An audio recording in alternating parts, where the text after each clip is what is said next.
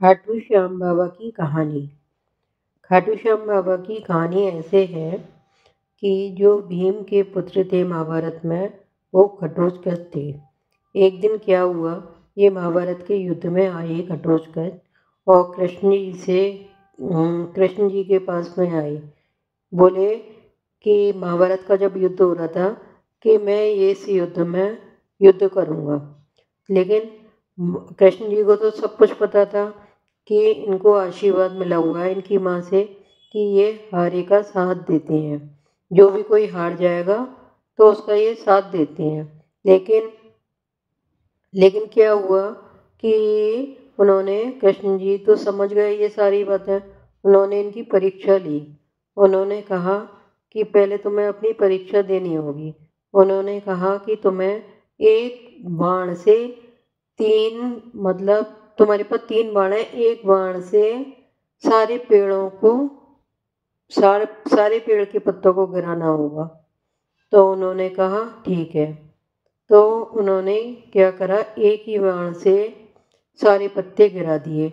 तो कृष्ण जी ने थोड़ी सी चालाकी करी, एक पत्ता अपने पैर के नीचे दबा लिया। और जब घटोत्कच जी, ये जो हरे के सहारे हैं श्याम बाबा, इन्होंने कहा कि आप अपना पैर हटाओ, तो देखा कि एक पत्ता नीचे दबा हुआ था उनके।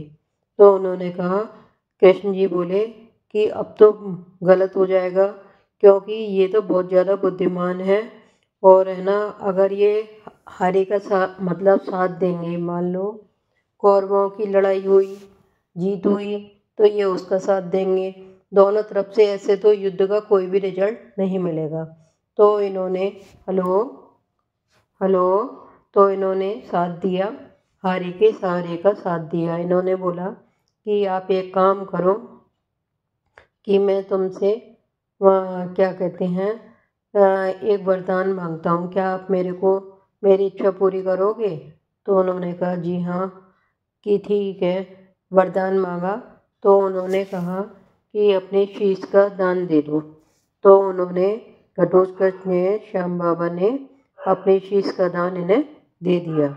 इस तरीके से जब वो शीश का दान दे दिया तो उन्होंने रिक्वेस्ट करी कृष्ण जी से कि मेरी एक इच्छा है कि ये क्या कहते हैं, मैं युद्ध देखना चाहता हूँ। मैं महाभारत के युद्ध देखने की इच्छा से यहाँ पर आया था। तो उन्होंने कहा ठीक है, ये इच्छा पूरी की जाएगी। तो उन्होंने उनके शीश को पेड़ पर लटका दिया और वो पूरा युद्ध जब तक चलता रहा वो देखते रहे युद्ध को।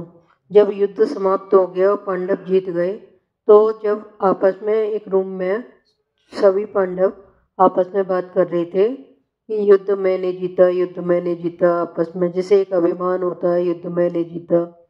आपस में जब डिस्कशन कर रहे थे तो कृष्ण जी आए कि ये तो निर्णय कौन करेगा, ये तो निर्णय कोई और करेगा कि युद्ध किसने जीता, कि कौन करेगा, कि चलो मेरे साथ में। तो जहाँ श्याम बाबा का शीश लटका हुआ था वहाँ पे गई कि आप बताओ कि क्या कहते हैं कि इस युद्ध को किसने जीता। तो उन्होंने कहा कि क्या कहते हैं, युद्ध जीतने वाले भी थे कृष्ण जी थे, और युद्ध करने वाले भी कृष्ण जी थे, सब कुछ करने वाले कृष्ण जी थे।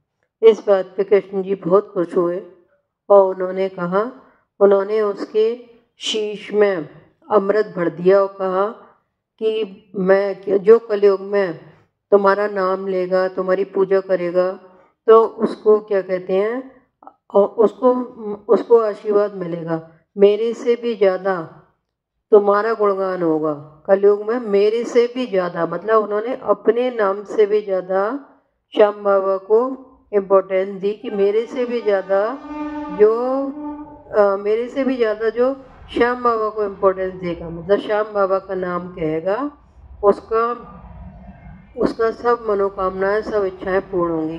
तो आज भी देख लीजिए कि जो लोग खाटू श्याम जी जाते हैं उनको क्या कहते हैं, वरदान मिलता ही मिलता है, उनकी मनोकामना बेश पूरी होती ही होती हैं।